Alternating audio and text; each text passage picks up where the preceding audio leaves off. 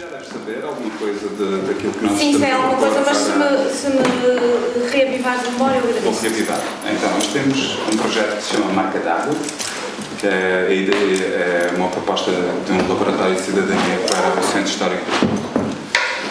E nós estamos a partir, tal como te falamos lá fora, de uma ideia de ir para o território sem grandes preconceições, abordar as pessoas e, a partir dessa abordagem, retirar um conjunto de ideias que estão mais ou menos subentendidas no conjunto das preocupações, das dificuldades que eles encontram e assim, e tentar, a partir daí, sugerir formas e formatos de interferência. A partir daí, nós estamos a tentar, já começamos um processo em que começamos a falar com associações e organizações de bairro. A ideia deste primeiro núcleo é exatamente o bairro, entender o bairro enquanto forma de cultura, enquanto lugar que já tem uma complexidade, que talvez nós estamos na dúvida sobre se necessita de mais imagens e se necessita que se adicione mais complexidade, ou se a partir dessa complexidade nós poderemos ou não trabalhar as dificuldades que existem para tentar resolver aquilo que já existe e não adicionar entropias. Sim. E aquilo para já surgiu das duas primeiras conferências e os dois primeiros ciclos de cinemação, foi rico. Já há algumas ações no espaço masculino, já há algumas ações a despontarem, algumas sinergias que se estabeleceram. E contigo nós queríamos meio que fazer uma ponte para essa ideia de arte e comunidade e como é que o artista se relaciona nesse contexto com aquilo que já existe no território. Nós sabemos, e é a partir da tua experiência no contexto de manobras, que nós podemos começar a falar, talvez depois a partir daí usar exemplos e referências de outras experiências noutros pontos geográficos que tenham outro tipo de influências nessa ação e que contextualizem essa ação de uma outra forma. Mas acho que seria bom talvez começar por esse projeto que na verdade é aquilo que dá ação na comunidade que nós pretendemos. Então eu vou fazer o seguinte, eu vou fazer uma microbiografia minha, para vocês perceberem como é que eu chego a interessar-me ou me vejo no meio do trabalho com comunidade, como se estou trabalhando com a comunidade. Mas pronto, é este nome que se dá quando se trabalha com gente que à partida não está medianamente interessada nas práticas artísticas e o artista se sente no desejo, na obrigação, no sentido social, de se aproximar e oferecer as suas ferramentas a uma comunidade que tem problemas e que ele acha que pode ser instrumento, veículo de imaginação para a sua resolução. Eu estudei Belas Artes na Universidade de Porto como pintora, fui para Paris com uma grande bolsa a achar que ia ser uma grande artista, chateei-me profundamente com o mundo das artes, que é a coisa mais, do ponto de vista comercial, é a coisa mais putéfia, rançosa, snob, vazia, desinteressante do mundo, e apaixonei-me pela psicanálise. Fui para Madrid fazer um doutoramento em psicanálise e teoria da cultura, ou seja, uma abordagem à psicanálise, não era uma psicanálise clínica, mas era uma psicanálise no sentido daquilo que se chama a Escola de Frankfurt, do Marco Horkheimer, do Theodor Adorno, enfim, desses filósofos que pensam a psicanálise como uma antropologia e não como uma clínica, ok? E depois chateei-me com a psicanálise. Porque percebi que o que havia no sistema do discurso da psicanálise, mesmo com todas as revoluções que ela teve, e eu sou uma profunda adepta da inserção da psicanálise nas academias, não como literatura, mas como prática, a análise livre, ou seja, o trabalho a partir do desejo, que é no fundo isso que a psicanálise vem propor e vem aprender a ler. E vem aprender a ler a partir dos anos 70, dos anos 50 com a Escola de Frankfurt, a ler num sistema que é maior do que o indivíduo, que é uma espécie de inconsciente coletivo, ou seja, como é que os desejos estão a produzir cultura, estão a produzir política, estão a produzir economia, como é que o inconsciente coletivo está a deitar fora a besta que tem dentro de si e a eleger Hitler, está a deitar fora a besta que tem dentro de si e a criar sistemas profundamente castradores como o capitalismo. Enfim, há uma leitura da sociedade como lugar de projeção daquilo que o Freud chamou de mal-estar na civilização. chateei-me com a psicanálise, porque achei sempre que o modelo, mesmo sendo de leitura social, o modelo é o clínico. E o clínico é uma espécie de iluminado, de ouvidor iluminado, que recebe a palavra do analisando e, como uma espécie de toque de Midas, devolve-a e ela vai parar ao sítio certo e reestrutura todo o inconsciente. Portanto, havia ali uma relação de poder que a mim me desinteressou profundamente e acabei a fazer neste momento um doutoramento em filosofia ética. Estou no departamento de política, sobre uma coisa super poética que é a voz como figura de pensamento na filosofia contemporânea ocidental. Pronto. Paralelamente a este meu percurso, que eu chamo de percurso oficial, ou aquele que se declara nos impostos, eu fui sempre tendo uma relação muito grande com o meu próprio corpo como atleta. A minha grande educação política vem do desporto. Eu fui atleta de alta competição durante 12 anos, fui basquetebolista, fui da seleção nacional, fui representar Portugal, e a minha grande educação política vem do desporto, que é outra coisa que eu acho que é muito mal usado na nossa estrutura educacional. O desporto é dado, mais uma vez, como é dado o capital, no sentido da eficiência, da competição, da hiperdemonstração, da capitalização do teu corpo no sentido de uma produção. Enquanto o desporto pode ser, como as artes, pode ser uma grande máquina de produção de ensinamento político. Eu aprendi a esquecer as diferenças em prol do grupo, eu aprendi a ser líder, aprendi a ser liderada, aprendi a desaparecer quando era necessário, a aparecer quando era necessário, e aprendi isso tudo jogando basquetebol. Okay? Aprendi o que é o género, aprendi o que é o amor, aprendi o que é o ódio, aprendi o que é olhar o corpo do outro, aprendi o que é amar e odiar um corpo, aprendi o que é a maldade na competição, aprendi o que é a generosidade entre companheiros, aprendi tudo aquilo que se aprende nas escolas do PC, aprendi a jogar basquetebol. Ok? Isto parece uma estupidez, mas isto é muito importante, porque eu jogava com miúdas, que tanto eram miúdas de classe altíssima, que vinham das escolas mais sei quê, como miúdas com quem eu apanhava piolhos. E éramos todas um corpo. E é esta a minha educação, de ter um corpo que se produz como um outro corpo, num corpo coletivo. Ou seja, tu de repente, a gaja que te passou piolhos, é a gaja que está ao teu lado, é a linha de passe livre, é para ela que vai a bola. Tu nem pensas duas vezes, não é? Há qualquer coisa que se sobrepõe à relação do indivíduo. E isso é para mim é belíssimo, é um trabalho estético, mas como vocês veem, vem sobretudo do desporto, muito mais que da Escola de Belas Artes, que nos instiga à individualização, à criação, ao alfabeto pessoal, enfim, todas essas miragens mais ou menos capitalistas do que é criar uma marca, não é? Criar de si próprio uma marca. E depois, quando eu deixei o desporto, porque me chateou de alguma maneira a competição, fui para uma coisa muito parecida com o desporto, que é o teatro.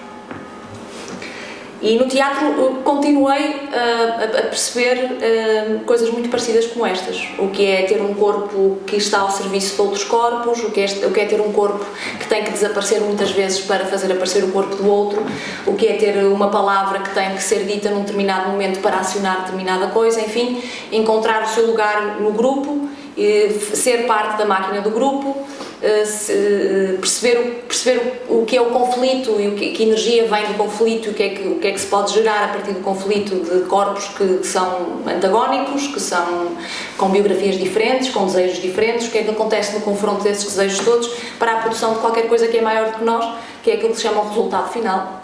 Afinal, conheço pouca coisa. Enfim, em prol de uma qualquer coisa em que nós estamos todos empenhados e estamos todos conjugados.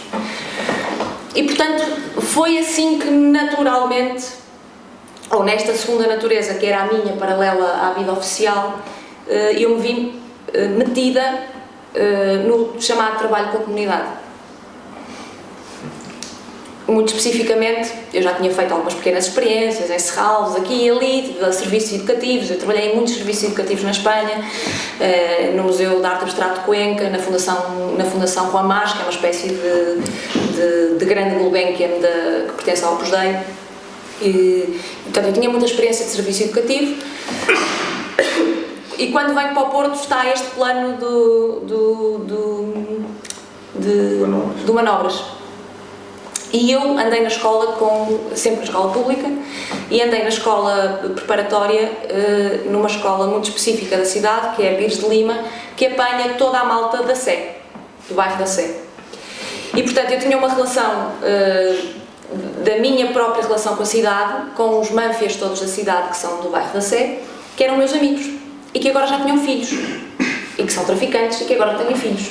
E portanto a Karina, a Sandra, que me davam nas trombas, agora têm o rendimento social mínimo e têm filhos, e filhos que estão na rua o dia inteiro, porque elas têm que ir limpar, ou têm que ir não sei quê, ou os pais são traficantes, ou o pai está metido na choldra, e aquelas crianças estavam largadas naquele território e ao mesmo tempo circunscritas àquele território. Ou seja, são realmente na cidade do Porto um dos lugares onde há meninos de rua, que apesar de tudo estão na rua, mas não saem, se calhar nunca viram o mar. Funciona como uma ilha também, não é? Funciona como uma ilha. O chá tem regras próprias. Com uma hierarquia muito própria, com uma desconfiança muito particular em relação a tudo que é trabalho cultural, porque a utilização daquela população pelos meios políticos é extraordinária. Portanto, a população interessa imenso quando há campanhas eleitorais e, portanto, a primeira coisa que me perguntavam quando eu chegava lá, eu tinha o sonho de fazer uma companhia de teatro, reparem, chamada Síncope, ou Olará, até lá chegar. Eu passei os primeiros 2 meses a ir lá tomar café ao mesmo café, para eles me conhecerem, e a primeira pergunta que me faziam sempre é: mas a menina é da Câmara? Não, a menina não é da Câmara. É que se for da Câmara não fazemos nada. Porque a Câmara que se vai foder, porque a Câmara tratou-me mal da casa, porque a Câmara prometeu-me isto, porque a Câmara prometeu-me aquilo, porque não sei o quê, não sei o quê, não sei o quê. Ou seja, a relação... De repente eles perceberem que eu estava ali e que não era um representante de nenhuma instituição que vinha, de alguma forma, nem era uma assistente social, nem era uma ocupadora dos tempos livres, nem era uma menina da Câmara, nem era... Portanto, eu não correspondia a nenhum desses vetores, era simplesmente uma artista que sentiu o desejo de ir para aquele território, trabalhar com aquele território. Posso-vos dizer que a coisa mais complicada, entre o Frederico, a coisa mais complicada foi este trabalho de campo, foi entrar no tecido real. Não era... Eu à segunda semana já entrava sem dificuldades, já toda a gente me conhecia, mas ninguém me abria a porta da vida. Ou seja, ninguém me deixava aos miúdos, nem os próprios miúdos se deixavam brincar comigo, ok? E eu percebi: bom, Marta, tens que pôr o teu plano no bolso e perceber o que é que vais fazer com esta energia. E o que é que acontecia ali? Acontecia uma coisa que é, maioritariamente rapazes, filhos de traficantes ou trabalhadores de classe baixa, cujo grande sonho é ser jogador de futebol ou traficante, e que passam o dia inteiro a jogar à bola no Largo dos Grilos, e portanto a partir vidros de carros, porque o Largo dos Grilos tornou-se cheio de carros, ou então a fazer merda a partir de vidros e a chatearem-se com o padre da freguesia, da Igreja dos Grilos, porque entram, partem vidros, vão roubar coisas, vão matar peixes, vão não sei o quê, Havia um grupo mais pequenino, muito ligado ao rio, porque os homens do bairro da Sé têm um ritual muito particular, que é o de descer até ao rio e vir pescar. Mesmo que aquilo que eles vão pescar não seja para comer. Eles vêm pescar a Lazé. Eles vêm pescar como um ritual másculo de quem vai jogar bilhar. Ok? É uma tradição herdada. Ou seja, é também um último grito de não nos roubaram o rio. O rio ficou de tal forma turistificado e gentrificado que o rio foi roubado às populações a quem pertencia. Tanto à Milha Gaia como à Sé. E portanto... Então, o que é que eu tive que fazer?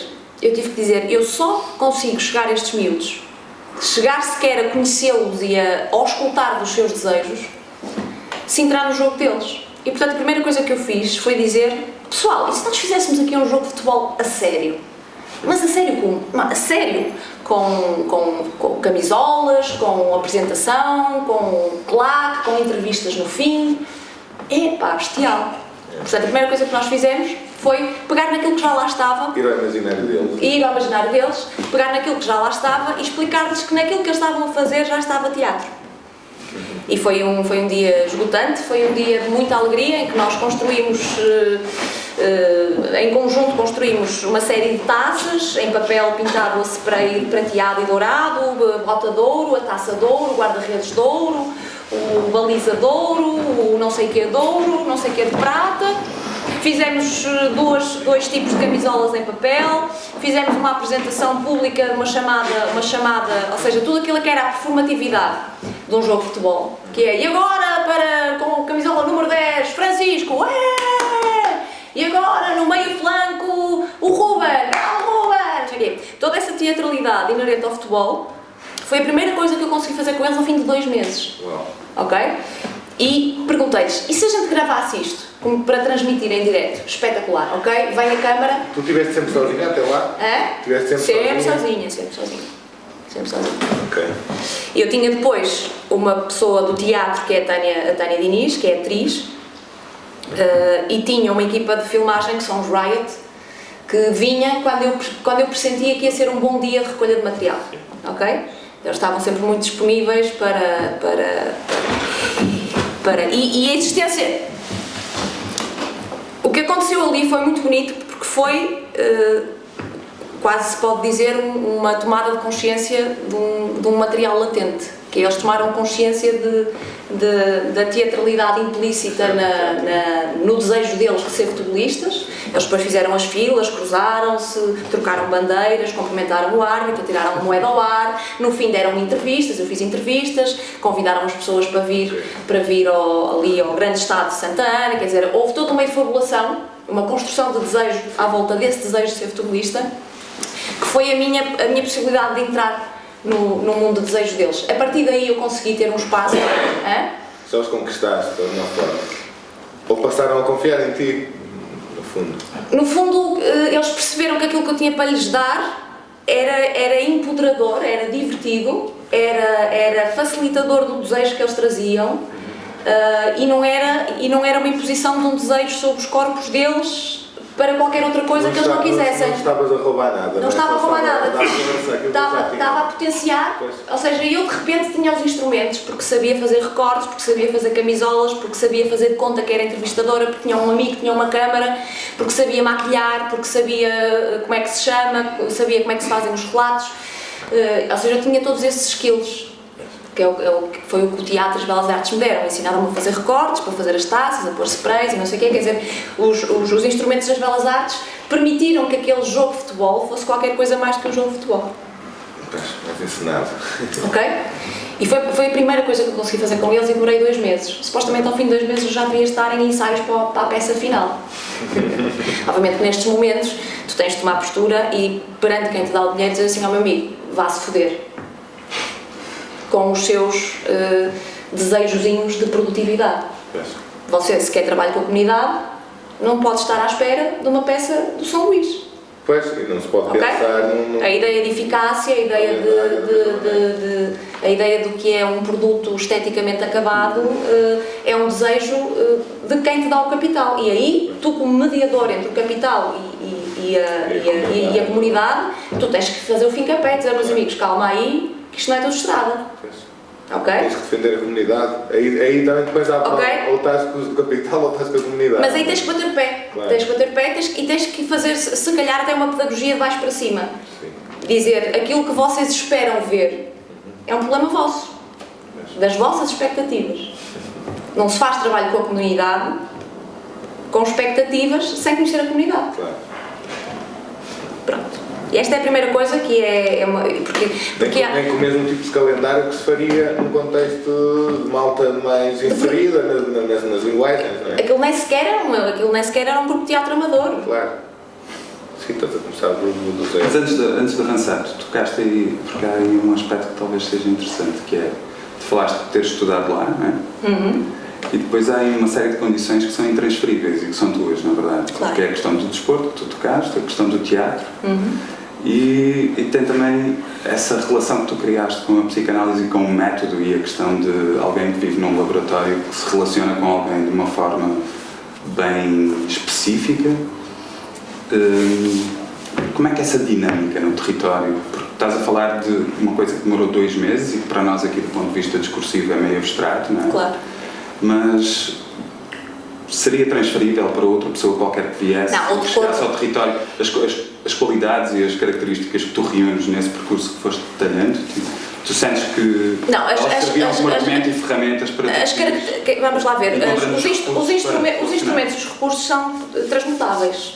Agora, há sempre qualquer coisa de intransmissível no modo de fazer. Ou seja, por exemplo, há o Hugo da pele, o Hugo Cruz, que tem a pele, ele tem uma outra maneira de trabalhar. Nós temos pressupostos éticos muito semelhantes, ele faz trabalho com a comunidade há muito mais anos do que eu, faz teatro do oprimido, é um especialista nessa área, Temos relações muito diferentes porque ele tem uma visão sobre a questão estética que eu não tenho. Mas aí, e utilizamos metodologias muito similares, que é ir à biografia, ir ao desejo, arrancar desse material, arrancar do oprimido uma emancipação. Pegar no material, e por isso é que isto é psicanalítico, quer queiramos, quer não, quer dizer, é pegar no material que está oprimido, socialmente oprimido, geograficamente oprimido, economicamente oprimido, pegar nesse material e torná-lo um material de empoderamento civil. Ok? Pegar nesse material, dar-lhes instrumentos de sublimação, dar-lhes instrumentos de manifestação e esse material tornar-se uma possibilidade de gramática do futuro, como diz o rabino que eu tanto gosto, não é? De possibilitar uma gramática do futuro, de dizer eu serei. Ok? E eu serei outra coisa que não era ontem. Eu serei. Pronto. Nesse campo, eu e o Hugo estamos completamente de acordo, mas o Hugo, por exemplo, diz uma coisa que é muito interessante e que eu acho muito interessante, que é essencial a qualidade estética do objeto final. Porque se as pessoas não acharem que estão a fazer uma coisa belíssima e ao nível de um profissional, nunca se vão se sentir empoderadas. Okay. Estás a perceber o raciocínio dele? Sim. E eu digo-lhe, estou-me a cagar para o resultado final. Estou-me absolutamente a cagar para as questões estéticas. Quer dizer, podes dar riqueza por uma qualidade de envolvimento que tiveste nesse processo que... Não, porque no fundo a estética com que isso já conquistou. Exatamente. É ou seja, outro olhar. É um outro olhar sobre o que é uma experiência estética. Pois. Ou seja, seja qual for o resultado a que nós cheguemos, é isso que nós vamos dar. Porque nós vamos pôr-nos, ao estarmos a pôr em causa, nós vamos ter que pôr em causa quem vê também. Enquanto que o Hugo isso não põe em causa. Ok? Estás a perceber o que eu quero dizer? Ou seja, ele leva esse trabalho do oprimido para chegar a um sentido onde uma ideia de público ou uma ideia de eficácia vai ser recebida e as pessoas vão dizer fantástico, você parecia um profissional. Obviamente que isto no retorno para qualquer cidadão é de um empoderamento incrível, não é? De um investimento de autoestima muito grande. Agora, eu acredito numa coisa muito mais profunda do que isso, que é eu ao pôr-me em causa, coloco-me na situação em que me pus em causa e, portanto, põe-me em causa em ti também. Pois. Mas não é possível chegar a um meio termo?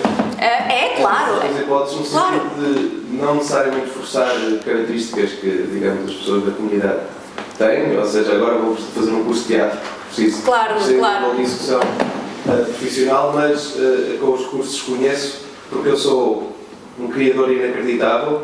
Consigo, à custa da imaginação com esta palma, fazer muito mais do que qualquer pessoa. Exatamente, e obviamente que há um compromisso. E quando eu digo estou-me a cagar para o resultado final, isto é só uma maneira de me posicionar em relação à chamada expectativa, que acho que é a coisa mais prejudicial, porque é uma palavra utilizada pelo poder que dá dinheiro para os trabalhos com as comunidades. Ou seja, é uma palavra que está politizada. E essa questão também do meio termo, também, sei lá, o meio termo é uma faixa grande, não é? Tipo, sim, não é meio termo, tem que haver um lado e tem que haver o outro. O criador e das opções do criador. Estás a perceber? Ou seja, o criador chegar a um ponto em que conhece não bem a mão de obra e as suas limitações, mas também as suas virtudes devido à diferença e coloca o peso todo na escolha, na seleção. Claro, na edição. Eu, no fundo, o que me senti ao fim de algum tempo era uma editora dos materiais daquela criançada. Eles traziam o material e eu simplesmente editava. Mas a conclusão do mecanismo, embora pareçam métodos diferentes, é quase uma frase conclusiva de você parecia um profissional. E quando o puto é entrevistado, está a jogar com uma camisola, não é o mesmo final. É o mesmo final. Eu hoje fui profissional. Eu acho que é o mesmo mecanismo. É o mesmo mecanismo. A questão é público. Exatamente. Quem é público, quem é a plateia. Exatamente. Da cena. Exato. Quem é sempre, quem é perfeito. Exatamente. Mas ele parecia um profissional. Ele foi, naquele momento, ele foi um profissional, ele deu uma entrevista para a televisão, ele marcou um golo e celebrou, ele cumprimentou o adversário, portanto ele foi. Sim, ok? eu acho que o que ele estava a querer dizer é mais do ponto de vista formal, do projeto final, sei lá, da forma. Daquilo que vai ser percebido depois quando da plateia, não é? Portanto, aquilo que é a expectativa quando os senhores que deram o dinheiro vêm ver então o trabalhinho que se fez com os pobrezinhos. Pronto, nesse sentido não me interessa minimamente.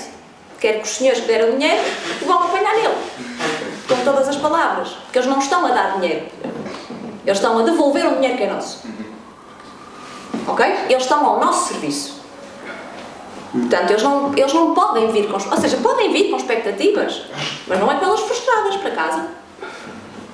E se forem inteligentes, começam a perceber que as suas próprias expectativas são altamente autoritárias, são altamente colonizadoras e têm que ser postas em causa. E eu acho que o trabalho de um artista, à diferença de um assistente social que faz atividades com os miúdos, deve ter este pendor. Porque até o próprio artista, quando vai para o terreno, tem que pôr as suas expectativas em causa. Não é? No início vai cheio de ideias e tem que... Aconteceu agora há muito pouco tempo. O resultado final destes 2 anos de Síncope, que foi assim que se foi chamado o projeto, deu origem a 2 filmes. É uma peça de teatro mesmo, aquilo que se pode chamar uma peça de teatro, onde havia textos, onde havia figurinos, onde havia plateia, onde havia projeções de vídeo, onde havia luzes que iluminavam. Era absolutamente alucinado, foi o maior caos de toda a vida, para mim foi das experiências estéticas mais maravilhosas que eu já tive. Ninguém percebeu nada, os miúdos perceberam tudo, ok? Os miúdos empoderaram-se absolutamente, porque eu comecei a trabalhar com eles...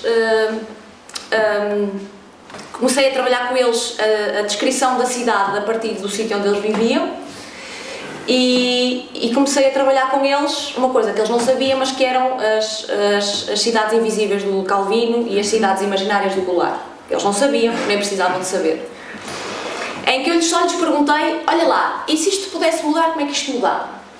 Não é? Obviamente, primeira coisa, relevado ali no centro, obviamente, não é? Uma baliza. Relevado, balizas, escorregões, tal, não sei o quê, um slide para o rio, não sei o quê, videojogos, tal. Não interessa. A partir disso começou cada um deles a criar uma cidade imaginária, ou seja, a pôr o seu inconsciente em relação com o terreno. Então cada um deles criou uma cidade. Então agora se temos cidade, temos de ter um nome para a cidade. Então nomearam a cidade. Então se temos uma... O que é que precisamos mais para ter uma cidade? Precisamos de uma bandeira. É preciso criar a bandeira. E o que é que precisamos mais? Precisamos de um hino. Então é preciso criar um hino. E então o que nós fizemos foi um grande desfile de seres mais ou menos extraterrestres, vindos do futuro, do passado, ou seja, vindos do inconsciente. Criados por eles, umas caixas, umas cabeças de robô, umas coisas estranhíssimas. A gente chamou-lhe o banquete de Plutão, porque aquilo baseava-se muito de... Mas hoje há lanche? Batiam à porta. Olha, mas hoje há lanche? A comunidade só se juntava toda quando havia lanche.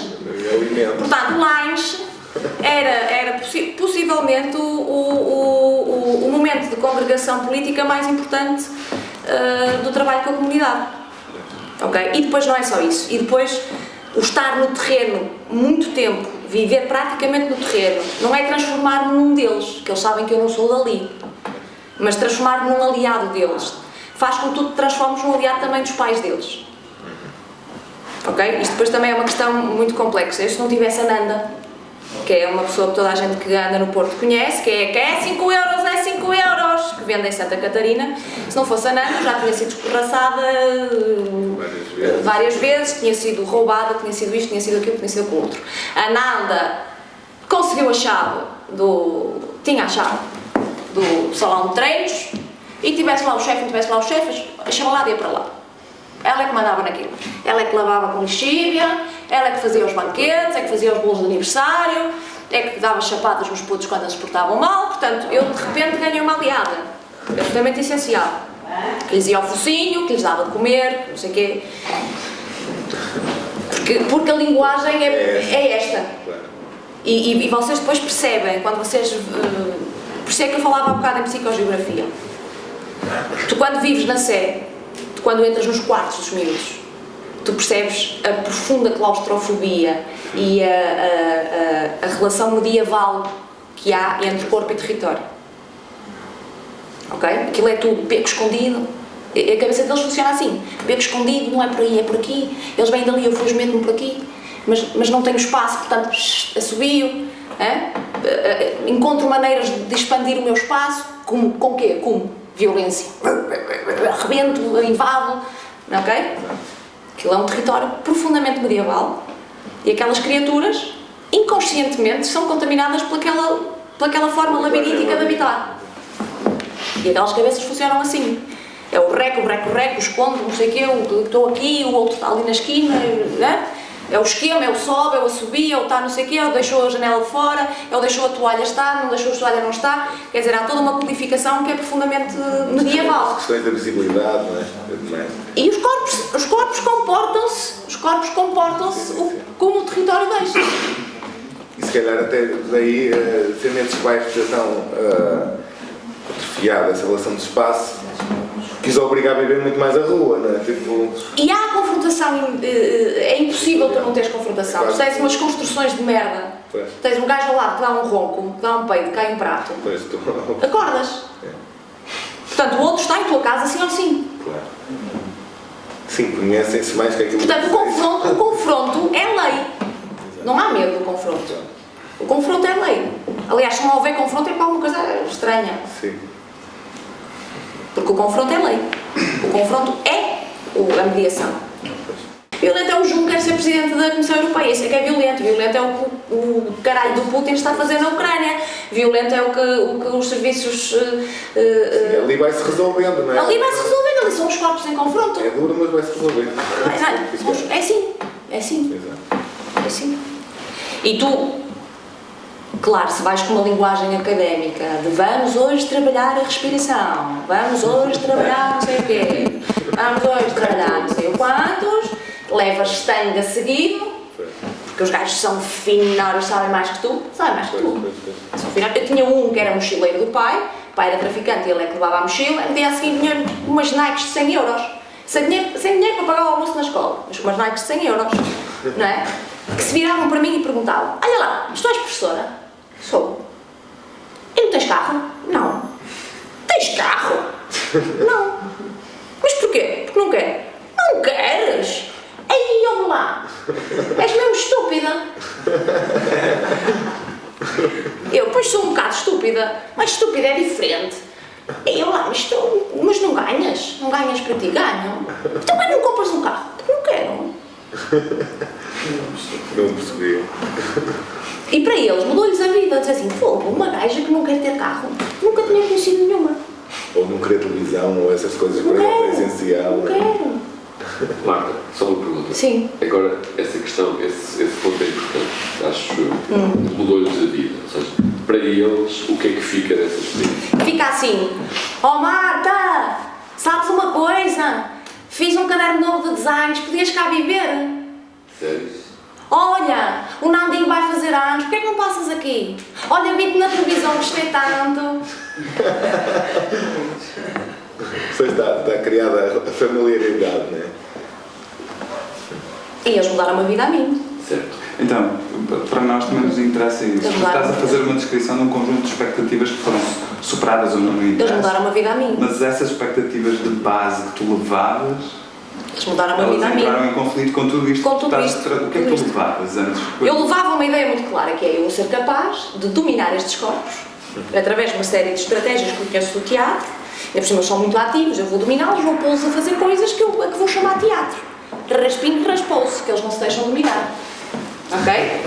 Raspinho, raspou-se, não se deixam dominar. E portanto eu deixei-me dominar. E disse, vamos ver como é que isto vai. Conduzem vocês. Vocês mandam. E agora? O que é que vamos fazer hoje? E por estranho que pareça, hoje vamos fazer profissões. Pronto, hoje vamos fazer profissões. E o que é que vocês querem? Queremos que nos pintes a cara. como tu. Olha, faz-me uma barba. Faço-te uma barba. Eu pus-me ao serviço. Que é uma coisa quase religiosa e parece um bocado estranho, que é um gajo tem que ter a coragem de chegar lá e dizer, olha, muito boa tarde, eu sou artista, em que é que lhe posso ser útil? Que é uma coisa que os artistas param um pouco para fazer. Olha, muito boa tarde, não é? Os meus vizinhos que são eletricistas, que são canalizadores, fazem isso, vão deixar uns cartõezinhos à porta, a dizer, olha, eu sou canalizador, quando necessitar, esteja à vontade, o que precisar. Olha, hoje ajeito persianas, o que precisar, não sei, olha, eu passo a ferro, a minha mulher é muito boa a limpar escadas, pode precisar. E nós temos muito pouco este hábito, dizer assim, olha, muito boa tarde, eu sou artista, em que é que eu posso ajudar? Sim, sim. Porque as pessoas sabem. E o que é que pode ser útil? Em que é que lhe pode ser útil? Essa humildade e essa frontalidade direta e simples. Que é assim, olha, eu sei fazer umas coisas. Sei fazer umas coisas, tenho uns conhecimentos. Em que é que lhe posso ser útil? E também ter a humildade de dizer assim, a mim não é útil em nada. Claro. Num contrato de serviço. Com certeza. Muito obrigada na mesma. Fica na mesma o meu cartão. O problema é que normalmente quando eles percebem os serviços que tu prestas, eles estão sedentos dos serviços que tu prestas. Pois se eles se interrogarem, se derem esse tempinho assim para perceber o que é que pode vir daí. Exato. Estão sedentos dos serviços que tu prestas. Só que muitas vezes eles não sabem. Porque também não vos é dado o tempo nem a possibilidade de simplesmente se confrontarem e terem conversas destas. Mas o que é que tu fazes? Pintas? E vendes as tuas pinturas? E quem é que te compra as pinturas? Pois. E tu vives com isso? Até se levanta uma grande curiosidade ao universo. Como é que tu vives? E há mais gente como tu. E aquilo da Guernica, como dizia o meu senhor, aquilo da Guernica vale alguma merda? Explica.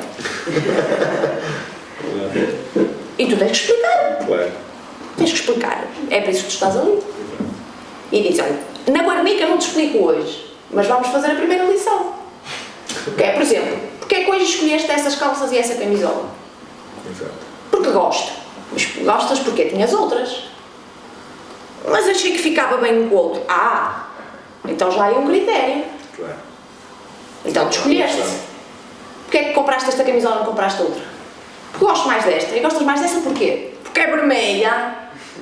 Ou porque é azul. E porque é que ser azul é bom? Porque é do Porto.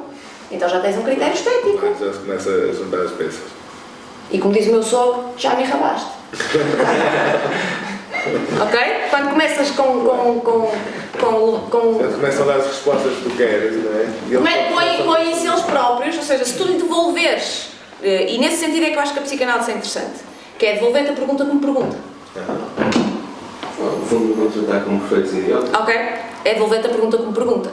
As pessoas não são idiotas. As pessoas podem não ter acesso às coisas, podem não conhecer as coisas, podem não saber que não precisam, podem não saber que precisam porque nem sabem que existem. Exato. Mas pensem que nós estamos cá.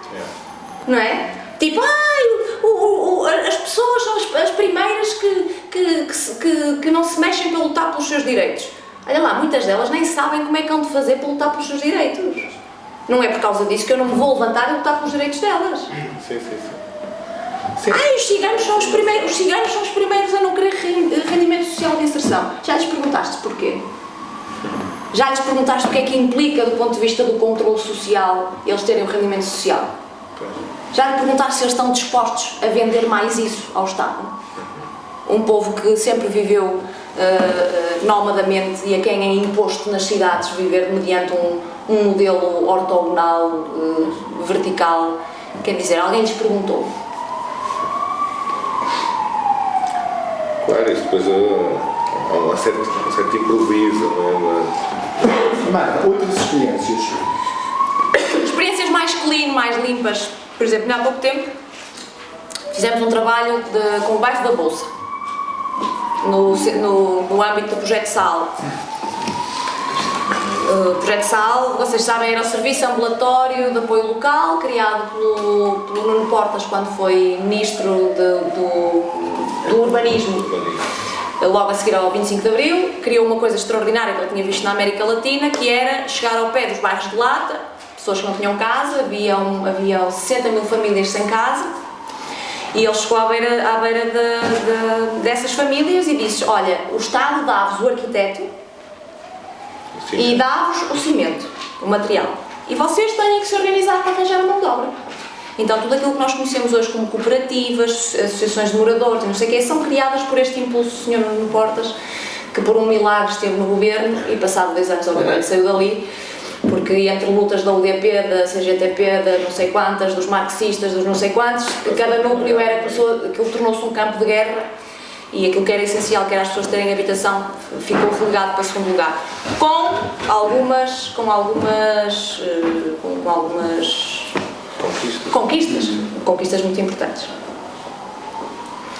E no seio desse projeto que convidaram artistas para intervir em vários bairros desse momento. E a mim calhou o bairro da Bolsa.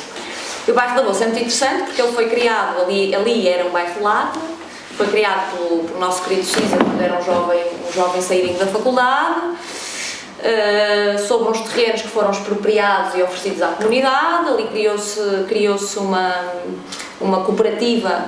Primeiro era uma associação de moradores que disse que não queria dar a mão de obra direta, como aconteceu no Algarve.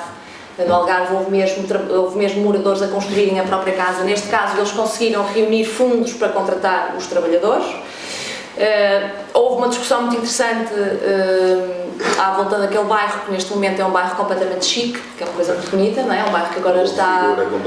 É um bairro que foi pensado para dar casa, para ser habitação social e está recheado, quer dizer, tens uma ala, que é a primeira, que tem 30 anos, que tem realmente gente que vivia nos bairros de lata, e depois tens arquitetos, designers, engenheiros, designers de som.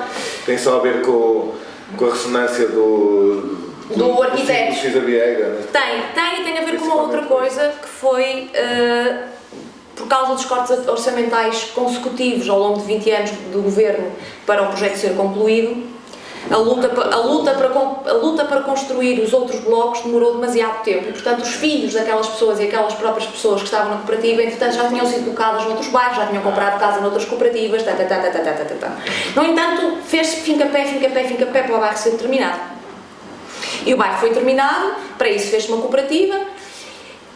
Quando o bairro está terminado, as pessoas que eram para lá viver não existem. Pois, já não é para os mesmos. O que é que se faz? Uma venda em asta pública. Uma venda em asta pública com valores extraordinários. O T2, 25 mil euros. Do CISA. Pois. Dito assim.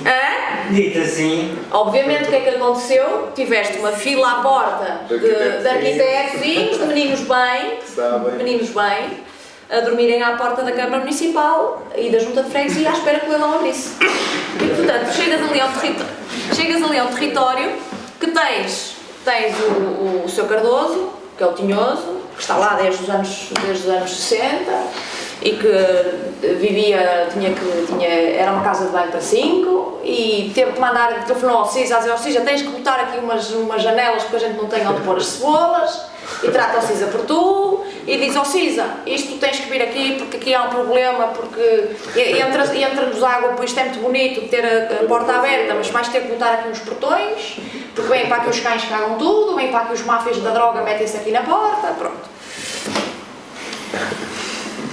E pediram-me para criar um projeto para aquele espaço. Ora bem, foi uma coisa bastante artificial, confesso, porque primeiro, aquilo não tem comunidade. Aquilo que tem são 2 comunidades muito particulares. Tem este ramo mais idoso, que realmente é da fundação do bairro e tem essas histórias todas para contar, mas são 6. São 6. E os outros são colegas nossos das Belas Artes e arquitetos e não sei o quê, que dizem, que giro, que interessante o projeto, não posso, não estou, não quero, que interessante, depois venho ver, participar nisso, não é? E portanto foi bastante artificial, foi bastante custoso.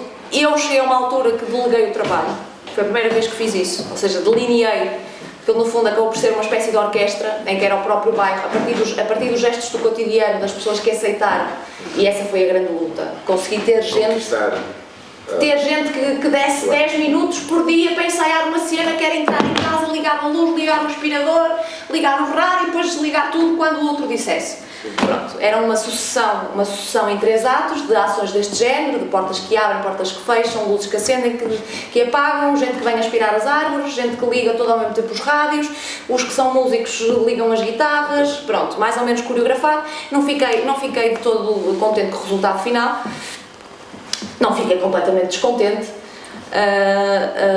mas foi um projeto muito mais no sentido da expectativazinha. Porque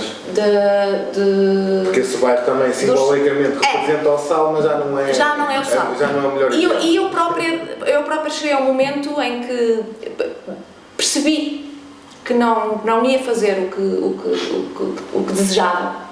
E portanto eu disse, olha, o meu material é este, e eu agora delego em vocês, e deleguei no Jorge Queijo, que é músico, que trabalha muito com músicos não profissionais e faz orquestras e com miúdos e não sei o quê, e no Rodrigo, que é do Teatro do Frio. Ok. E no fundo eu fui só a estratega, neste caso em particular fui só a estratega. Eu fui a gaja que no início andou a bater de porta em porta, conhecer as pessoas e não sei o quê, e a dizer o que vai acontecer, nananana. Chegou um momento em que eu percebi que havia ali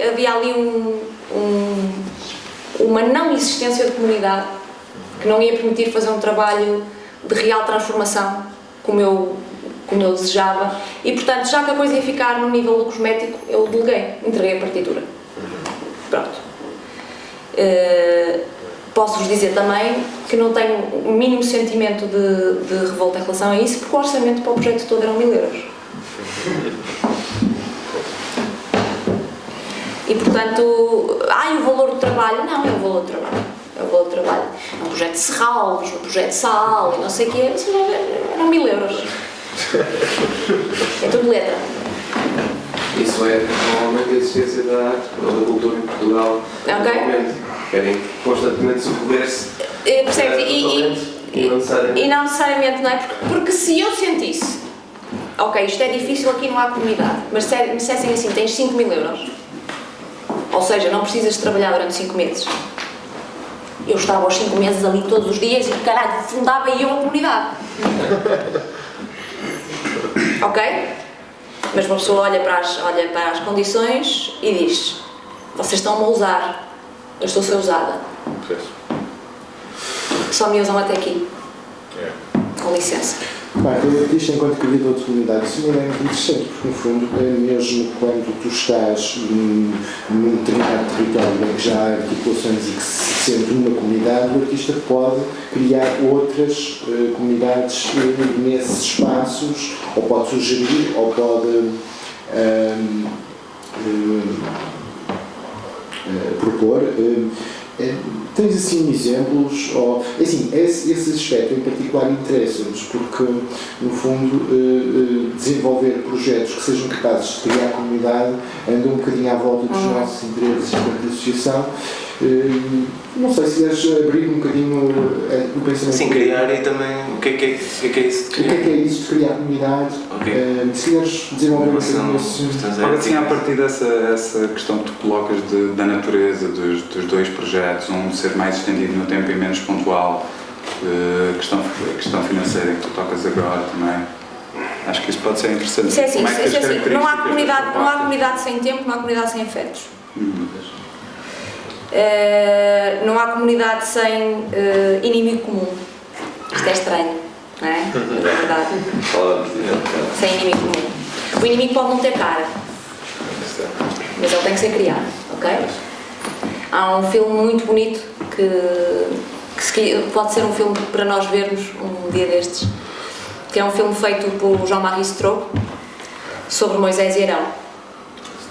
E que é a grande diferença entre formar comunidade a partir de uma cultura panteísta, mágica, sacrificial, do corpo, da festividade, do pecado, não é? E uma comunidade da palavra, ou seja, uma comunidade do livro. E é muito interessante porque isto é tudo muito bonito. Moisés vai para a montanha, Arão diz que sim, que acredita em Moisés, que Moisés vai receber os 10 mandamentos, mas ele está 3 semanas na montanha e o povo a passar fome, e como é que ele aguenta o povo junto?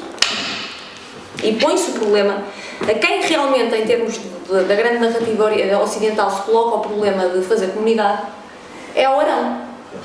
E o Arão, o que é que o Arão faz? Caraca, não há de comer. Então atravessaram o deserto, o irmão está lá no meio da montanha à espera da palavra divina, e o pessoal está todo a bater com os cornos um contra a parede, está tudo a querer se ir embora, outros a querem se matar, outros a quererem matar o próprio Moisés. Como é que seguras? Como é que fazes comunidade? Como é que fazes ritual? Por isso é que eu dizia o lanche.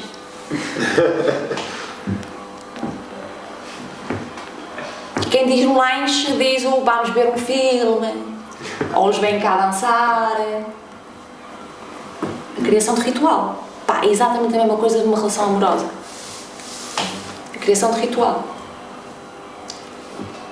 E aí, que ritual é, depende muito da comunidade, não é? Se é beber os copos, se é o campeonato de snooker, se é o campeonato de matraquilhos, se é o rancho folclórico, se é as comezainas, se é o dia em que se vai lavar a roupa, se é isso, agora rituais, há lá muitos para diversos variantes. Estava a pensar na cidade enquanto pai. Estava a pensar na cidade enquanto a necessidade capaz de ter o mesmo desejo de transformação na cidade. Não interessa, é a mesma coisa, é simplesmente uma comunidade mais alargada, precisa de um ritual mais complexo. Essa lógica de complexidade, tu em alguma altura sentiste que se estivesses com uma equipa ali no Manobras, na sede, que se estivesses com uma equipe nesses vínculos orgânicos que foram surgindo com os pais das crianças, tu podias ramificar... Não, e se eu tivesse tido uma equipa como me valia a pena e se o Manobras tivesse pago o que tinha prometido, neste momento nós tínhamos fundado mesmo um clube de um síncope com cotas. Continuidade. Chegou-se a falar, chegaram a estar escritos os estatutos. Mas depois eles não podem querer omelete sem ovos, não é? Neste caso, eu julgo que vai haver nos próximos. Esta história da arte tem muitas respostas, tem muitos objetivos, é usada para muitas coisas. E eu sei que há uns não sei quantos milhões, uma verba atribuída para ser utilizada aqui no centro histórico para projetos que têm, não sei exatamente os procedimentos, nem quem é que falta, não sei se é Caritas, ou há uma organização que está responsável por gerir esse. E a minha questão é, esses projetos que inevitavelmente vão continuar a haver aqui no centro histórico, por tudo, pela necessidade da qualificação do espaço público, pela necessidade de proteger os turistas que vão estar cada vez cá mais vezes, etc. Como é que achas que... Eu tenho muito medo dessa ideia do trabalho com a comunidade como domesticação, é por isso que eu estou sempre a dizer. E aí, como é que... Tenho muito medo, mete-me muito nojo. Como é que se pode, como é que podemos trabalhar com as autoridades, não é? Com os poder político, porque normalmente a tendência é essa, tenho aqui 10 mil euros, 5 mil euros, não sei o quê, vamos fazer um projeto, independentemente de saber se, eu faço um projeto, eu desenho, não é? Mas se isso é o que, eu não conheço a comunidade, não é? Não faço ideia se é isso que é esperado, ou se é isso que pode deixar algum lastro, ou seja, que se depois os miúdos com isso vão aprender alguma coisa que efetivamente lhes pode mudar a vida, ou que vão perceber que há ali um caminho de saída para lá dos becos em que vivem.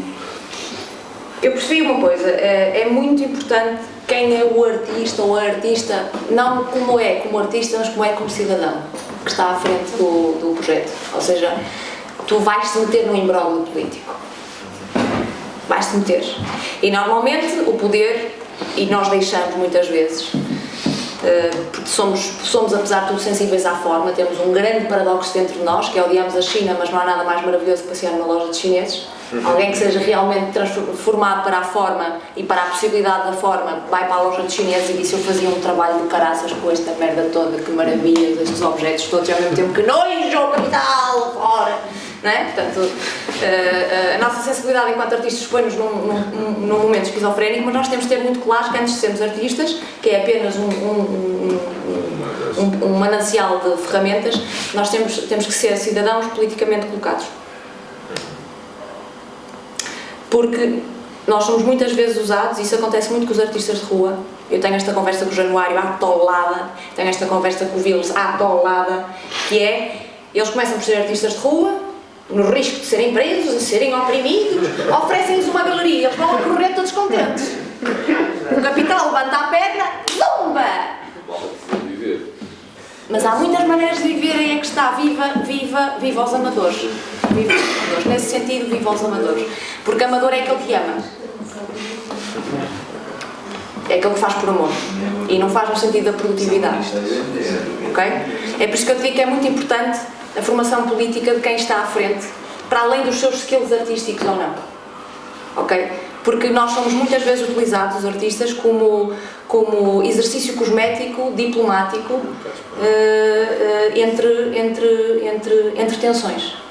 Vocês são um bocado bons jogadores da bola. Podem ser bons jogadores da bola, mas não têm muita cabecinha. Mas é isso, mas há uns que têm. Mas aí é que nós temos que lutar, há uns que têm. Sim. Há uns que têm. Eu como artista plástica faço o que me dá na real gana. Porque encontrei outra maneira de viver. Sim, mas a questão lá está, mas tens outra forma de... Mas há outras maneiras de viver. Há outras maneiras de viver. Talvez essa Eu escolhi. seja a questão. Claro, há outras maneiras de viver. A grande questão é... A profissionalização da arte, porque é que é uma coisa boa? Onde é que está escrito que é bom? Onde é que está escrito que é bom? Sim, porque essa relação com o mercado... Para mim a arte é o substituto laico do lugar da espiritualidade humana. Ok? Numa sociedade laica, tu não tens religião, tens arte. Sim. Porquê é que a arte tem que ser profissional? Porquê é que a arte tem que funcionar como funciona o capital? Então porquê é que dizes que 1.000 euros é pouco? Porque aí eu estava-me a sentir usada. O trabalho tem um valor. O trabalho artístico tem que ter um valor. Sim. Os artistas sempre foram chamados nós tivemos aqui uma exposição com um quadro do Ângelo que tinha por trás uma carta que ele escreveu na altura por causa de um leilão. Pediram-lhe o TEP estava em dificuldades, isto em 60 e tal, e ele escreveu uma carta a dizer, olha, pediram-lhe um quadro para o leilão para ajudar o TEP, mas já tinham pedido uma vez, e duas vezes, e três vezes, e ele escreveu, eu participo, e acabou por participar, mas peçam também uma hora ao advogado, uma consulta ao dentista, uma consulta ao médico, mas porquê é que só os artistas só pedem aos artistas? Porquê é que não pedem aos outros? E isso hoje é transformado, ainda continua a fazer-se, obviamente, nós fazemos isso frequentemente, mas é também numa outra plataforma, num outro espaço, aos grafiters, aos performers, é feito pelo valor do trabalho, ou seja, a gente só paga isto, olha, só pagamos 100 euros, só pagaremos 500, mas o preço, acaba por ser... Mas valor, mas pode ter outro valor. Mas é assim, é que eu para serralvos por 1.000 euros não faço. Passé, por 50 faço mais. Pois é. Sim, outra proporção. Ok? Sim, para serralvos por 1.000 euros, não trabalho. Mas já não estamos a falar de valor. Estamos a falar de valor, estamos a falar de um valor que vai para além do valor capital. Vai para o valor capital em relação com o valor simbólico. E proporção. E que é completamente também diferente da profissionalização, já é outra questão do artista. Relativamente à profissionalização, eu punha as coisas nestes termos. Eu gostava que me pagassem todas as horas que eu pratico para me poder apresentar. Mas pagassem por hora e vocês iam ver a fortuna que eu tinha que receber por mês. Quer dizer, era interessante em termos sociais fazer toda essa estimativa. Eu falo da minha área, mas falo a mesma coisa para qualquer pintor, por forma o tempo que alguém demora a criar um conceito, a desenvolver, a produzir vamos pagar isso, arranja-se um valor, quer dizer, por isso é que eu falava na questão do cidadão, porque à frente destes projetos, por exemplo, eu acho que era muito interessante ter advogados. Porque muitas das comunidades o que precisam é de advogados. Estou a falar a sério. Sim, não, sem dúvida. Agora, a mim o que me assusta é como é que nós artistas, que supostamente somos os alienados da sociedade, somos os inúteis da sociedade, somos os gajos que produzimos coisas que não são produtivas no sentido do valor imediato, utilitário, transformador da realidade, imediatamente para as fábricas, para subir o PIB. Tem calma que já vão dar isto. A quem foi criador da cultura, não é? Acabamos por ser o reservatório de bom senso e de senso comum. Alguma coisa está muito mal no funcionamento do capital quando são os artistas, os produtores de inutilidade, o reservatório do senso comum. Onde é que estão os advogados, os economistas? Onde é que está essa malta, caralho? Que têm tanta responsabilidade artística ou transformadora do real ou criativa como nós que somos artistas, porque saber pintar ou saber esculpir, não sei o quê, são skills como saber fazer gráficos, escrever uma carta à câmara, saber qual é o artigo que defende a casa, saber qual é o artigo para ter luz, é igual. É igual. Nós temos um determinado tipo de ferramentas que, por uma questão biográfica, todos nós passamos ao largo dessas ferramentas quando somos crianças, que é fácil chegar ao desejo a partir delas. Mas porque biograficamente todos tivemos um contacto com esses materiais a que nós chamamos materiais das belas artes. Mas eu gostava de ver aqui, nestas reuniões, advogados, economistas, legalistas, padres. Onde é que estão os padres, pá? O que é que os padres estão a fazer? Há uma ou outra, mas vai ser. Os teólogos. Onde é que estão os teólogos? O que é que os teólogos estão a fazer? Estão a produzir para quem? Acho que os artistas são cidadãos também. É isso que eu estou a dizer, é que antes de sermos artistas, somos cidadãos, com uns skills especiais. E eu acho que é por isso que nós nos preocupamos mais com a comunidade, porque nós percebemos o que é que os nossos instrumentos nos permitiram a nós, enquanto transformador. Porque tu podes sair de uma escola de belas artes sem saber fazer um caralho de um desenho.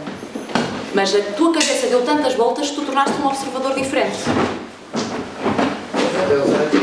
Não é? Tornaste um observador diferente. Portanto, tu percebes o que é que essas ferramentas podem fazer no outro também. Pode nunca mais sair um ator dali, pode não sair um estilista, pode não sair um futebolista, pode não sair um desenhador, pode não sair nada disso. Mas sai um observador diferente, sai um cidadão diferente. Talvez isso pode ser bastante banal, vocês precisam sempre do público. A verdade é que o advogado não precisa, o economista não precisa. Não precisa de clientes. Mas é mais. Clientes. Mas é mais difícil. Não é mais concreto, é o contrário. É mais concreto. É mais uma relação difusa em nós. Difusa em nós. Eu posso fazer, imagina, se não houver público, pá, a coisa até se faz ainda. Se não houver clientes, não se faz. Acho que não acontece. Não acontece. Olha, Marta, há aqui toda uma formulação social que de alguma forma impede os advogados de serem cidadãos e os padres, se calhar, não estão aqui ou porque não participam nestes fóruns. E se calhar também porque a gente tem alguma retranca em falar com eles. Eles têm medo. Não, nós próprios estamos cheios de eu tenho conhecido. Estamos cheios de a comunidade. Nós, enquanto comunidade, também temos um certo ascozito. Houve um exemplo recente de um padre, agora caso de João, ali da zona da Sé, que criou ali uma relação muito interessante entre artistas e a sua comunidade, a sua. Claro. Eu estava a tentar fazer uma pergunta. Tenta fazer. Universidade. Mas posicionou-se de uma maneira super interessante. Talvez não seja uma pergunta muito óbvia, porque senão eu já tinha dito. Mas há aqui estava a falar de papéis, ou estava a querer de papéis sociais e de formação, ou seja, de alguma forma, se por um lado os artistas numa sociedade cada vez menos livre têm a arrogância da liberdade, porque têm todo o espaço de liberdade e não há barreiras na liberdade para a expressão da liberdade do artista, e também a sociedade vive toda oprimida seja pelos cortes da troika, seja pela vigilância nas comunicações, seja. Portanto, há aqui também, neste momento, se calhar, um reservatório de liberdade que foi de alguma forma armazenado nas artes, que podemos tentar contaminar todas as outras estruturas que estão sem liberdade e que nem sequer se percebem das limitações da sua liberdade. Exatamente. E era um bocadinho por aí que eu agora te pedia. Por isso, eu vou-te eu colocar a questão ao contrário, que é exatamente a mesma coisa. O crescimento de escolas de arte na Europa nos últimos 30 anos é obsceno. Eu tenho dúvidas. Não, mas é um sintoma muito interessante. Eu fui professora nas Belas Artes e fui aluna também. 90% da malta que entra para ali nunca vai ser artista. Nem quer. Eles vão para ali porque têm que cumprir um contrato social com os pais de fazer uma formação superior. Qualificada, preferência de renome. O Porto, nesse sentido, está bem. Mas eles vão para ali porque ouviram dizer que, pelo menos ali, aqueles 4 anos, há qualquer coisa parecida com uma liberdade para se conhecerem. E é neste momento em que as escolas de belas artes se deviam tornar não escolas de belas artes, mas escolas de análise livre. São os últimos redutos de cidadania disfarçados de tecnocracia. De estarmos a formar técnicos em belas artes.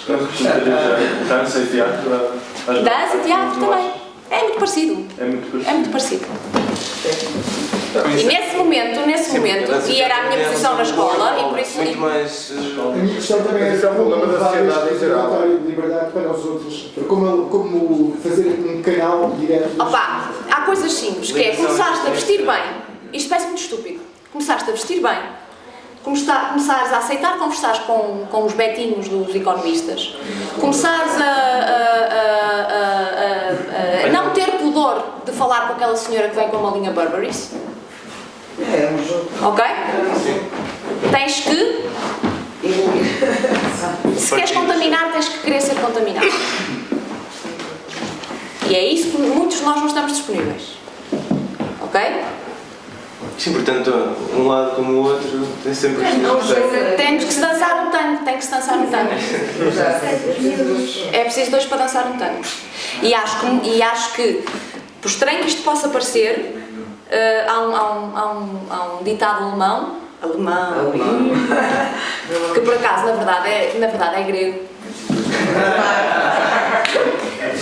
É um ditado alemão, que na verdade é grego, que diz: o mais inteligente cede. E nós não temos sabido ceder.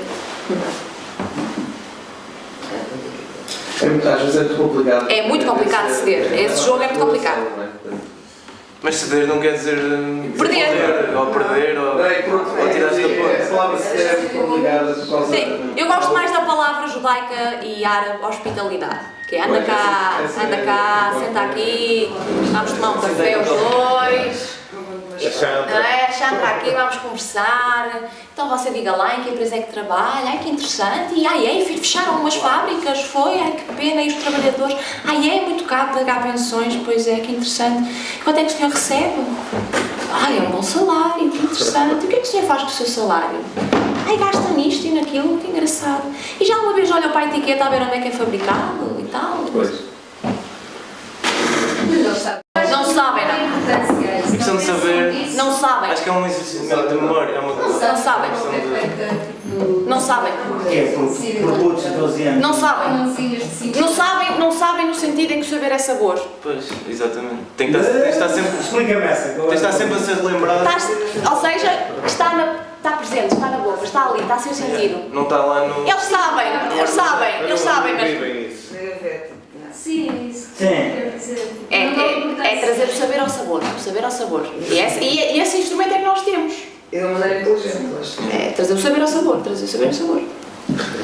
E nesse aspecto eu sou muito como o Agostinho da Silva. É o senhor diga, eu tenho uma escola, não é? É isso, é posto ao serviço. É por isso que ele dizia que era um franciscano e ele não sabia se existia Deus também. Era como o rabino, o tal rabino que eu adoro, que neste momento é o meu grande mestre de literatura, que diz: sou rabino, ateu, graças a Deus. O Agostinho da Silva também dizia: Deus é uma possibilidade muito interessante, não é? Uma possibilidade muito interessante. Interessante, os planetas e não sei o quê, e tal, os bichos, é uma possibilidade muito interessante. E é tanta possibilidade para aquele que acredita como para aquele que não acredita. É uma possibilidade muito interessante. É uma possibilidade. E a escola e a sociedade devia ser assim. Um artista, um poeta, um professor, um mecânico, não é? Pensa à frente de outra pessoa e diga: então diga lá hoje o que é que lhe apetece aprender. Hoje apetece aprender a fazer uma nave espacial. É isso que vamos fazer. Dentro de 24 horas eu preparo a primeira lição. E a partir daí aprende matemática, aprende física, aprende geometria, aprende política, aprende história da ciência, aprende não sei o quê. Mas qual foi o desejo? Onde é que estava o desejo? Localizar o desejo. Fazer-se cargo do desejo. E não estou a falar no desejo no sentido de que ele é utilizado no consumo. Cuidado. É motivador para... Eu não estou a falar do desejo, quero aquelas sapatilhas Nike iguais com galo. Isso é o desejo trabalhado pelo consumo. Eu estou a falar do desejo relacionado com a morte. Não, diretamente relacionado com a morte e com o sexo. Sim.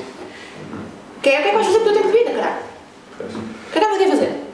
O que é que andas a fazer? Para quê? Para onde? Para quem? Compras as sapatilhas do Ronaldo. O Ronaldo amanhã aparece com outras, já te fodeste. Até daqui a 50 anos que é um objeto de museu. De museu, não é? Percebes? Mas é que esse pode ser o desejo e pode se tornar o maior colecionista de sapatilhas do mundo, o maior especialista de sapatilhas do mundo e ser o gajo que vai transformar as sapatilhas no mundo industrial. Mas leva a sério o desejo. Mas leva a sério o desejo. Faz-se cargo do seu desejo. E que tem a ver com essa consciência de... Pronto, mas para isso os artistas têm que fazer primeiro cargo do seu desejo. E a maior parte de nós não faz esse exercício. Para isso pode contribuir essa tecnocracia disfarçada de liberdade. Isso é o que é essa ligação com uma prática laboratorial dentro das faculdades.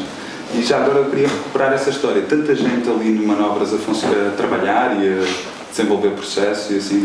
Tu encontraste as outras pessoas no território? Encontrei. Houve momentos para cruzarem de informação, experiências? 10 milhões, temos que justificar. Muito êxito. Quantos números? Quanta gente tiveste? Quantos foram ver? Quantos meses participaram? Quantas apresentações fizeram? Quantos pais é que comeram? Quanto é que cagaram? Essa linguagem é incrível. Bem, mas nós temos aqui... Avança. Desculpa lá. Está mesmo, temos Eu queria aproveitar para agradecer Não, deixa-me... Espera, deixa-me só terminar. Então, esta questão, inevitavelmente, eu estou do outro lado, nós, ou seja, estamos numa sociedade cada vez mais onde tudo é medido, não é? Inevitavelmente. Hoje tens esses rácios nos hospitais, não é? Tens a produtividade em todo o lado. Mas é parte do problema. Inevitavelmente. Quantos quilómetros é que eu corri hoje? Tens essa medição é feita e cada vez mais, e sobretudo em dinheiros públicos, até a história da criatividade e da investigação, e, quer dizer, toda a gente tem que medir o tempo que gasta.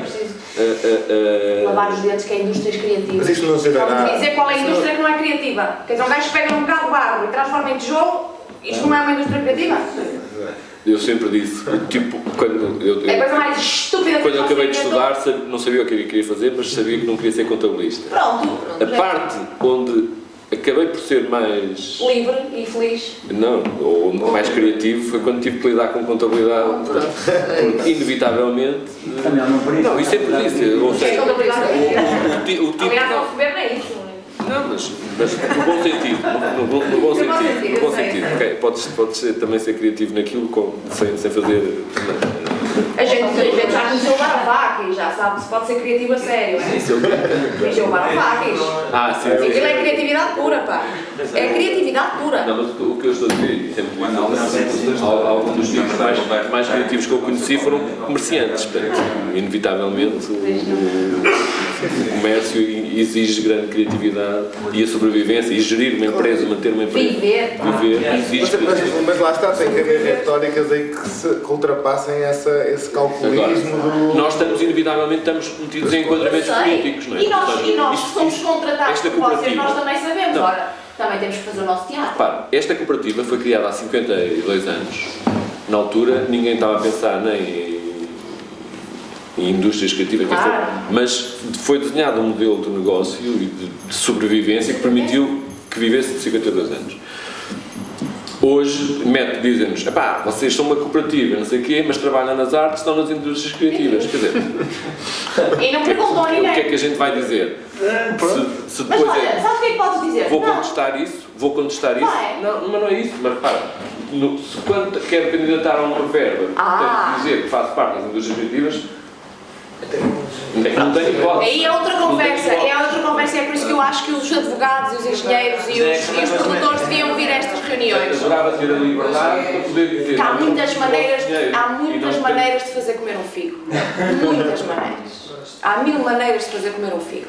Há crescimento negativo. Nós estamos neste momento, numa altura em que a economia tem estes instrumentos poéticos. Crescimento negativo. Sim, a retórica é fantástica. Okay? Crescimento negativo, subida descendente. Vender a dívida. Vender dívida. O que eu quero dizer é que eu também já trabalhei diretamente com trabalhos, eu sou bolseira da Comunidade Europeia.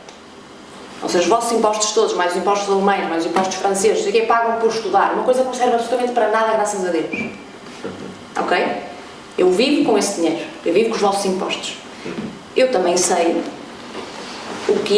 como é que se pode dizer que aquele dinheiro vai ser bem gasto em mim. Onde é que estão os poetas, os escritores? Para alguma coisa tem que servir. Porquê é que são sempre os tecnocratas a fazer as candidaturas? Estou a falar a sério. Não, um bocadinho mais. Eu eu ganhei a bolsa, eu sou de Belas Artes, ganhei uma bolsa em filosofia porque lhes vendi o peixe. Pois.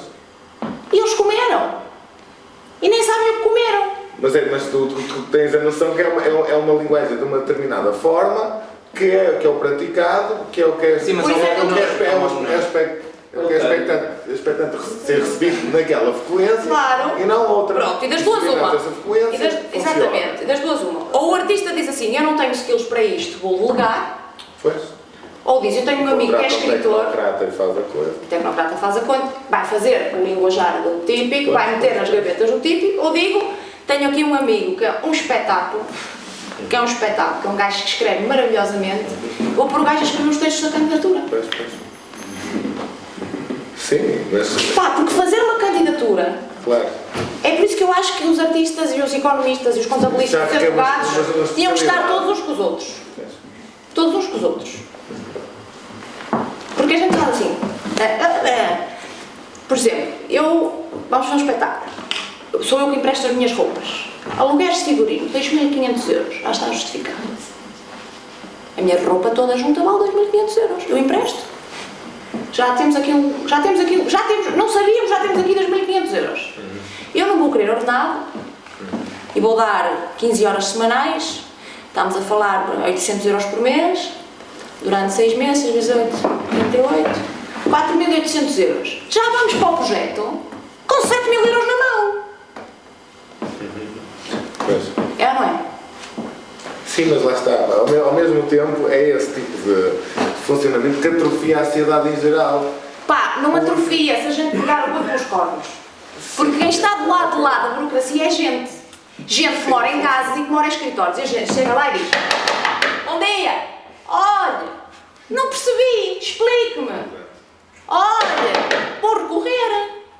Olha, está aqui um advogado. Por trás da DG Artes há gente de carne e osso que caga e come e que tem uma casa e a gente pode ir lá e dizer: olha, eu sou Dona Mónica Guerreiro, a plataforma não funciona, eu não consegui meter os papéis, olha, estão aqui os papéis, mas não lhe posso entregar assim. Sabes quando é que eu aprendi isto? Porque é que disse que isto mudou a vida? Com a Nanda. A Nanda que vende na rua, e só para terminar, é a cena final, é a apoteose. A Nanda que vende na rua está casada com um homem que é segurança, ok? Que é o Thor. Eles vivem numa casa de renda social. Chegou a altura que a Câmara queria escrever todas essas coisas para ver que rendas é que vai subir, que rendas é que vai deixar. Toca ao Tona ter que juntar os papéis todos, do ordenado, mais a segurança social, mais os fiscais, não sei o quê, e ir lá à Câmara. Chegou à Câmara e disse: olha, só tem os seus papéis da sua mulher. Eu não tenho papéis. Eu não tenho papéis. Não, a minha mulher vive do meu dinheiro. Então a sua mulher não tem rendimentos? Não tem rendimentos. Não, desculpa, mas a sua mulher tem que ter rendimentos, tem que ser um rendimento social de inserção. Não tem rendimentos. Ela vende na rua, é tudo em negro. Portanto, legalmente ela não existe. Então tem que me arranjar um papel com 3 testemunhas em que ela vive do seu ordenado. Lá arranjaram as 3 testemunhas, assinaram, não sei o quê, lá vai ele no dia a seguir. No dia a seguir, olha menina, 2 horas. Está aqui, não sei o quê, pois, mas não pode, porque este papel não tem valor legal, isto vai ter que ir ao notário.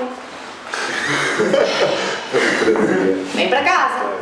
Arranja ao notário, não sei o quê, Pronto, olha, agora vai ter que esperar porque isto vai ter que ir para instâncias superiores. A senhora não resolve o problema, pois não? Não posso, tenho que ver que isto tem que ir para instâncias. A senhora não resolve o problema, pois não? Amanhã vem cá a minha mulher. Vem cá a sua mulher? Mas quem é a sua mulher? Se preocupe, você vai saber. No dia seguinte, 2h30 da tarde, avental, meias. Ora, vamos lá ver quem foi a filha da puta que andou a gozar com a cara do meu marido 3 dias. Vai ser você que lhe vai pagar as horas que lhe faltou ao serviço. Mas que merda é esta? Não lhe chegam os papéis? A casa é mesmo, você se quiser vai lá ver e vê lá a casa. Está lá a casa com tudo. Não mudou nada. Não fizemos obras, não fizemos nada, não fizemos nada, a casa é a mesma. Qual é o seu problema? Vai-nos ter aqui a vida toda a enconar. Ai, por amor de Deus, minha senhora, calma-se, não sei o quê, venha para aqui. Fim do dia. Papel. Estava resolvido. Instalou ali um caos. Mas o caos, isso é verdade dela. Sim. Não, claro. Perfeito. E isto é muito parecido com uma coisa que eu vi em Paris, nas classes altas, que é, estamos na Cinemateca, 15 minutos antes de abrir o filme, está 5 guichês, está um a funcionar. E há um super intelectual que diz: mas que merda é esta? A 15 minutos do filme com 5 guichês a funcionar? É esta merda o Estado? Que é, vamos cá todos aqui e depois não nos deixam entrar, não sei o quê. Passado 2 minutos havia 5 guichês a funcionar.